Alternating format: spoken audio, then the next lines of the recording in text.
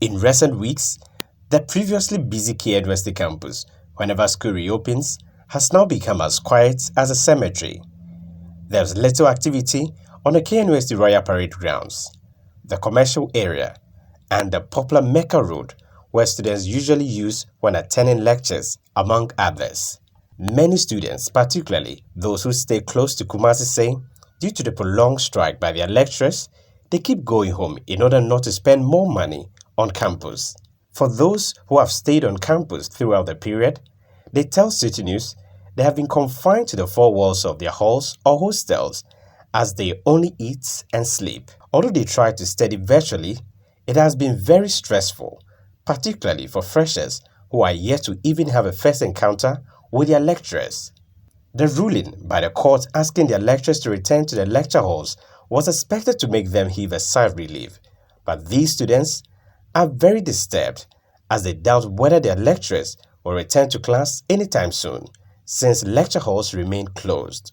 It has been disheartening and very, very stressful. We spent a lot of money, wasted some of our time. But some of us have coped by having little groups on social media and learning by ourselves. Some of our upperclassmen also help us with slides as well. And we are happy that yesterday the UTAG was asked to come back. That is, they should come back to the lecture halls and teach.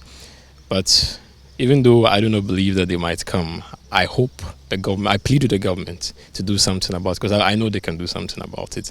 I was on campus the first week, but I had to go home because even with that first week, I have to be buying or cook. Like, that thing is stressful, so I just went home. I know they can do something about it. So I'm just pleading with them to do something for the lecturers so they come back. Teaching is stressful, so I understand them, so they should just address the issue so that they come back. I want the government to give them what they want. That's it.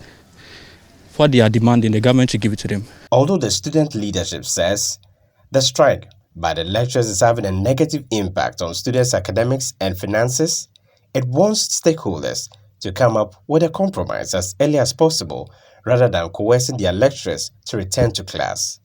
Michael Abua is the SRC president of KNUST. Generally, I've been able to assess one or two things. The legal advisor for the SRC was able to even brief me about the issues with regards to the ruling. I think that I'm not happy with it because it points out to the fact that UTAG still needs to go to the negotiation table. And then that's where the difficulty is, because UTAG says they go back to the negotiation table and it's the same story here and there, and they need to go back and say we are still on strike because our concerns have not been addressed. So why don't we go straight to the point? Government sits, all unions sit with government with the UTAG to be able to resolve the issues. That's what we're waiting for. We need to reach a point where concerns of UTAG is addressed.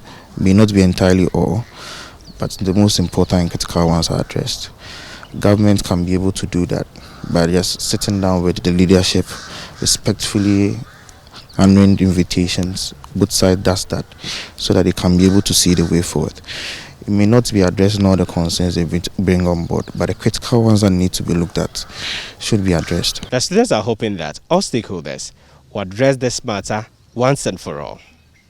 For Citi News, I'm Edward Upon Marful, KNUST, Kumasi.